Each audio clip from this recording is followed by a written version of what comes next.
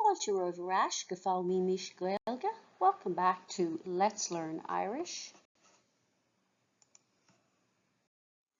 Level A1 Topic a Hocht, Cúrsaí Oibre.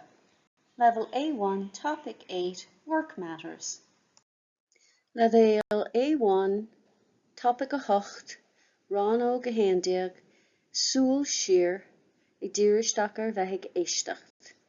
Level A1 Topic 8 Section 11 Review, focusing on listening. Súil siar. Le múna chuir síos sa dhéanamh foist Theastas Eorpach agus chníolacha Oibre. Describing jobs, work status and work conditions. Beag an bhfuilteog súil siar uait an gníomhaíocht seo. You'll need the handouts, Súil siar, for this activity.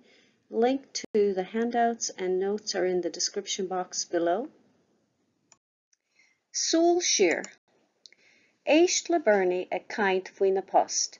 Listen to Bernie talking about her job. Súil siar. Is múntar mé, is brelam ma fost. Oibríonn gach lá ón na naoi go dtí a ceathair. Bí me gobar sa bhála freisin ag ceartú cópleor. Tá na deltaí go deas. Inis is a ríis bíonn siad déine. Tá na múnteirí eile sa scáil cairdiúil. Bíonn tarse arm ag an deireadh seachtaine. Tá ma ar céile ag gobar a gcúrsaí telefíse. Simon is ainem dó. Bíonn sé ag gobar ag an deireadh seachtaine go minic. Tá páiste a bhain agan. Cad a thuig tú ón méid sin? What did you understand from this? Ar éirí leat aon chuid den bhíor a thabhairt leat, did you manage to understand any of it? Éist a ríis le Bernie ag caint agus lé an script fadas atá tú ag Éisteacht. Listen again to Bernie talking and read the script while you are listening. Súil siar. Is múntar mé, is brelam ma fost. Oibríonn gach lá ón na naoi go dtí a ceathair. Bí me gobar sa bhála freisin ag ceartú cópleor. Tá na deltaí go deas. Inis is a ríis bíonn siad déine. Tá na múnteirí eile sa scáil cairdiúil. Bíonn tarse arm ag an deireadh seachtaine. Tá ma ar céile ag gobar a gcúrsaí telefíse. Simon is ainem dó. Bíonn sé ag gobar ag an deireadh seachtaine go minic. Tá páiste a bhain agan. Éist a ríis le Bernie ag caint agus líon isteach na Bernie. Listen again to Bernie talking and fill in the blanks. Súil siar. Is múntar mé, is brelam ma fost. Oibríonn gach lá ón na naoi go dtí a ceathair. Bí me gobar sa bhála freisin ag ceartú cópleor. Tá na deltaí go deas. Inis is a ríis bíonn siad déine. Tá na múnteirí eile sa scáil cairdiúil. Bíonn tarse arm ag an deireadh seachtaine. Tá ma ar céile ag gobar a gcúrsaí telefíse. Simon is ainem dó. Bíonn sé ag gobar ag an deireadh seachtaine go minic. Tá páiste a bhain agan. Súil siar. Is múntar mé, is brelam ma fost. Oibríonn gach lá ón na naoi go dtí a ceathair. Bí me gobar sa bhála freisin ag ceartú cópleor. Tá na deltaí go deas. Inis is a ríis bíonn siad dána. Tá na múnteirí eile sa scáil cairdiúil. Bíonn tuirse orm ag an deireadh seachtaine. Tá mar céile ag gobar i gcúrsaí telefíse. Simon is ainem dó. Bíonn sé ag gobar ag an deireadh seachtaine go minic. Tá páiste a bhain agan. An diggin tú é. Do you understand it? Ein cheist, any questions? Anish lay amach hosorde. And now read it out loud, sentence by sentence.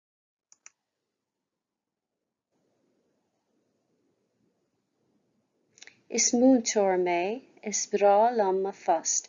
I'm a teacher and I like my job.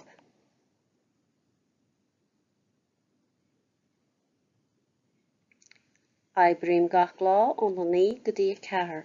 I work every day from 9 to 4.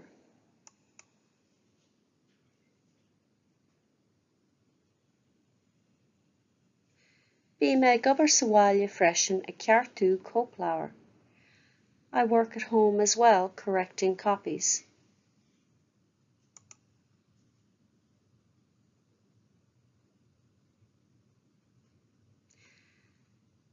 Tá na daltaí go deas, anis is a rís bíonn siad dána. The students are nice, now and then they're naughty.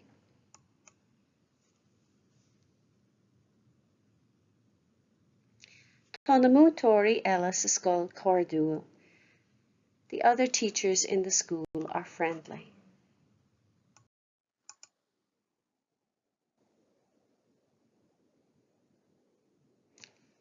Bíonn tuirse orm ag an deireadh seachtaine.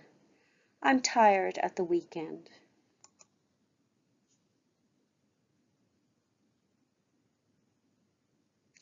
Tá mar céile ag obair I Cúrsaí telefíse. Simon is anlam dó. My husband works in television. Simon is his name.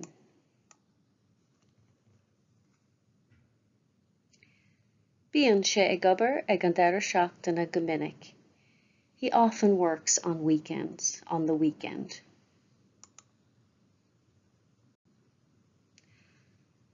Tá páiste amháin againn. We have one child. Agus sin deire le Rannóg a Handouts, Súil siar, and that's the end of section 11 review. La múna, Cúrsaí sa dhéanamh fist, Theastas Eorpach agus chiníolacha Oibre, describing jobs, work status and work conditions. Tá na nótaí agus buíochas Oibre le fáil in éineacht le cóid fuaimne agus nasca na cuisle, suíomh lúscartaí. The lecture notes and worksheets to accompany the course, along with the MP3 files and Quizlet links, this is a flashcard website, are available. The original files are available to download at Theastas Eorpach na Gaeilge, teg.ie, or edited versions can be found at my website, simplyjacinta.com. Direct link is in the description box below. Míle buíochas the Theastas Eorpach na Gaeilge as cead a thabhairt dom úsáid a bhaint as na háiseanna closamhairc atá le fáil ar a suíomh. Many thanks to Theastas Eorpach na Gaeilge for their information to use, the learning materials and resources that are available on their website. Tá súil gom gur bhain sibh taobh as. I hope you enjoyed it and got some use out of it. If you did, like and subscribe and share with your friends who may be interested in learning Irish.